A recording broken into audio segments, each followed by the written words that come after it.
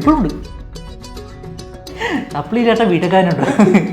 Course പകുതിയായപ്പോൾ ഒരു accident പറ്റി, റൈറ്റുകാർ complete എടുത്തു. 3 സർജറിയാണ്, 3 വട്ടം സർജറിയാണ്. ഒരു വർഷത്തെ ഗ്യാപ്പ്, റിക്കവറി ടൈമിന് കൂട്ടി 1 വർഷം ഗ്യാപ്പാണ്. ബിടെക് കഴിഞ്ഞു, ഒരു ഫണ്ടിങ് റെക്കമെൻഡ് ചെയ്തു. നമ്മളിങ്ങനെ ഞങ്ങൾക്ക് കോഡിങ്ങിൽ അങ്ങനെ വലിയൊരു ഇതില്ല, താല്പര്യമില്ല. കോഡിങ് ചെയ്യാൻ അത്ര തലയൊന്നുമില്ല, പക്ഷേ താല്പര്യമുണ്ട്. IT ഫീൽഡിൽ കയറാൻ താല്പര്യമുണ്ട്. അങ്ങനെ വെച്ചിട്ടാകുമ്പോൾ വെച്ചപ്പോൾ നോക്കിയപ്പോൾ ടെസ്റ്റിംഗ് ആണ് ഇതിലൂടെ എളുപ്പമുള്ളത്. റിസർച്ച് ചെയ്ത് നോക്കി, ഡെവലപ്പർ എത്ര നാൾ ഡെവലപ്പർ ഉണ്ടാവും അത്ര നാൾ ടെസ്റ്റർ ഉണ്ടാവും എന്ന് പറയും. ഇനിയിപ്പോൾ ഡെവലപ്പർ ഇല്ലെങ്കിൽ ടെസ്റ്റർ ഉണ്ടാവും. ബിടെക് കഴിഞ്ഞിട്ട് പിന്നെ എന്താവും, ജോബ് അങ്ങനെ. ഇപ്പോൾ ഫാദറിനൊരു ആക്സിഡൻറ്റ് പറ്റിയപ്പോൾ അമ്മക്ക് ജോലിയില്ലായിരുന്നു. ആ സമയത്ത് വീട്ടിൽ ഭയങ്കര ഒരു ഇതായിരുന്നു.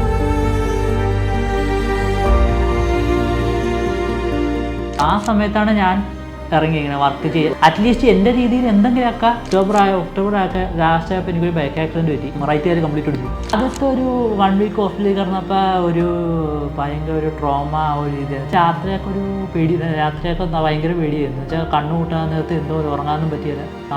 അങ്ങനത്തെ ഒരു മെൻറ്റാലിറ്റി, ഉറക്കം ഇല്ലായിരുന്നു. ഒരു 1 ഇയർ ഗ്യാപ്പ് അങ്ങനെ വന്നു. ആ ടൈമിൽ വന്നപ്പോൾ കുറേ ആലോചിക്കാൻ കുറേ സമയം കിട്ടി. ഫ്രണ്ടുണ്ട്. അപ്പോൾ ഫ്രണ്ടിൻ്റെ വേറെ ഫ്രണ്ട് ഇവിടെ പഠിച്ചിട്ടുണ്ട്, ക്യാമറയിൽ ഇങ്ങനെ പഠിച്ചിട്ടുണ്ട്. ഇവിടെ നിന്ന് ഇങ്ങനെ പ്ലേസ്മെൻ്റ് ആയിട്ടുണ്ടെന്ന് പറഞ്ഞു. അപ്പോൾ ഇങ്ങനെ അപ്പോൾ അവരിങ്ങനെ പറഞ്ഞാണ് ഇവിടെ നല്ലതാണ്, നല്ല രീതിയിൽ പഠിപ്പിക്കും. ക്ലാസ് അടിപൊളിയായിരുന്നു, കുഴപ്പമൊന്നുമില്ല. ട്രെയിനൊക്കെ അടിപൊളിയായിരുന്നു. നമുക്ക് അത്യാവശ്യം എല്ലാം പറഞ്ഞ് മനസ്സിലാക്കി തന്നെ ഉണ്ട്.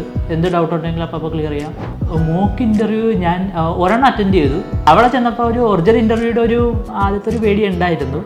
പക്ഷേ ഇവിടുന്ന് സാറിങ്ങനെ പറഞ്ഞു ഇന്ന രീതിയിലൊക്കെ ചോദ്യമായിരിക്കും വന്നത്. നമുക്ക് ഉള്ളതുകൊണ്ട് നമുക്കൊരു ധൈര്യം ഉണ്ടായിരുന്നു. ഫസ്റ്റ് ഇൻ്റർവ്യൂ ആയിരുന്നു. ഇങ്ങനെ സെലക്ട് ആയിട്ടുണ്ട്, തിങ്കളാഴ്ച ജോയിൻ ചെയ്യണമെന്ന് പറഞ്ഞു.